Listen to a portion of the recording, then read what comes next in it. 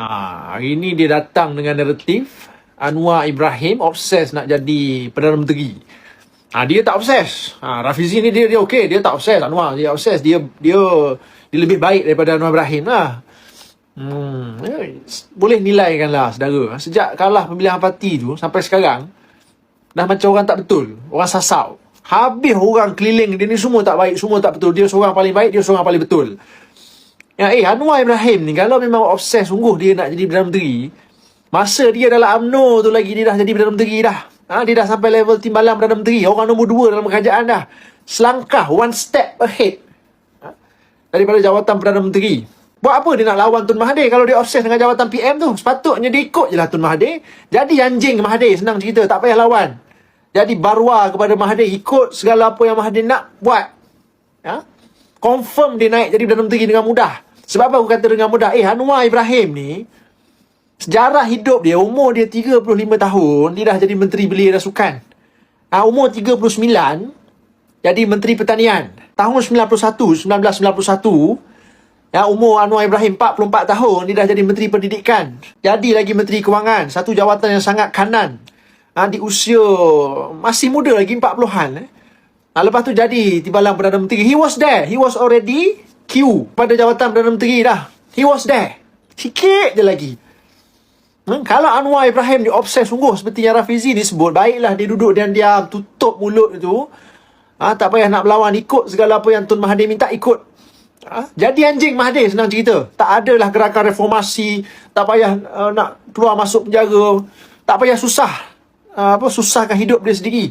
Tapi obses Anwar Ibrahim ini adalah ke arah nak memperbetulkan negara ini, nak menyelamatkan negara ini. Maka dia ambil keputusan lawan rejim Tun Mahathir ni. Dan dia terpaksa menanggung akibat daripada lawan Tun Mahathir puluh-puluh tahun dulu. Sampai sekarang dia kena terima tu. Kesan dia tu sampai sekarang. Berpuluh tahun masuk penjara, kena fitnah, kena tuduh macam-macam. Apa yang orang tak kata pada Anwar ini? Fitnah yang dia kena tanggung, anak bini dia, keluarga dia. Dek kerana apa? Dek kerana dia lawan Tun Mahathir dulu. Sampai hari ni dia terpaksa tanggung akibat dia tu. Tapi itulah harga yang Anwar Ibrahim kena bayar. Harga yang terpaksa dibayar, ditanggung oleh manusia bernama Anwar Ibrahim kerana lawan Tun Mahathir. Tapi dia tak menyesal. Sikit pun Anwar tak menyesal.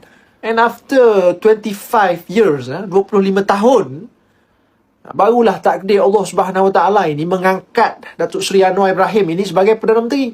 But look at you today, Rafizi. Who are you? Kalau nak bandingkan saudara Rafizi dengan Anwar Ibrahim, who are you, Rafizi? Sejarah karier Anwar Ibrahim ni kita sedia maklum, kita tahu memang orang-orang kanan timbalan kepada Anwar ini akan khianat kepada dia. Cuma beza saudara Rafizi dengan watak-watak seperti Azmin Ali, Ezam ini semua. Beza dia, Ezam, Azmin ni semua, Zuraidah ke whatever lah, they quit the party. Dia orang keluar parti dan lawan secara berdepan, anak jantan. Tapi Rafizi ni, dia tak nak keluar parti. Hari-hari duk serang ni, duk memburukkan parti, menyerang parti. Londeh habis cerita-cerita buruk pasal kawan-kawan dalam parti ni. Habis orang lain semua tak elok dah hari ni. Dalam dunia ni semua orang tak elok. Rafizi lah paling bagus. Dia lah paling elok sekali dalam dunia ni. Ini cerita dia hari ni.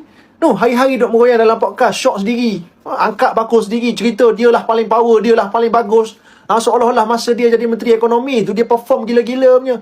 You tell me one thing lah, satu perkara yang Rafizi buat masa dia jadi Menteri Ekonomi yang rakyat boleh bangga, boleh rasa sampai hari ni. You tell me lah. Bila dia rasa jawatan tu dia tak mampu nak carry dah, besar sangat jawatan itu, dia merajuk letak jawatan. Merajuk lepaskan jawatan lah, nak itulah, nak inilah. Kononnya, saya tak nak terlibat dengan itu, disusun, diatur semua. Just get over it lah, Rafizi. Setuju tak aku cakap? Sejak daripada Rafizi ni keluar, letak jawatan keluar daripada barisan kepimpinan Kerajaan Madani, you can see, you can witness yourself lah. Momentum Kerajaan Madani, Kerajaan Perpaduan ni jauh lagi perform berbanding masa dia duduk dalam kabinet, masa dia jadi menteri. Masa dia jadi menteri dulu, asal dia bercakap buka mulut je, jadi bola tanggung pada pembangkang. Asal dia bercakap je rakyat maki hamun kerajaan hari ni. Hari ni rasa tenang, rasa seolah-olah satu beban itu dah hilang dah hari ni. Anwar dah tak kena tanggung beban yang dia tanggung selama ni.